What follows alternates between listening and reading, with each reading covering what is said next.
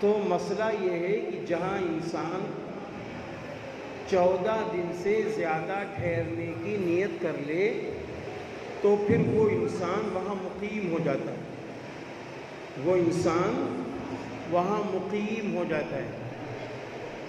اب جب وہ مقیم ہو گیا تو جیسے آپ گھر پہ نماز پڑھتے ہیں ایسے ہی آپ وہاں نماز پڑھیں گے مکے میں۔ اب مکے سے جب آپ مینا آئیں گے، مینا سے آپ عرفات جائیں گے، عرفات سے آپ مزدلفہ آئیں گے، مزدلفہ سے آپ پھر مینا آئیں گے، مینا سے آپ پھر مکہ جائیں گے حرم کے پاس۔ تو آپ جہاں بھی جائیں گے یہ سب مکے میں داخل ہے،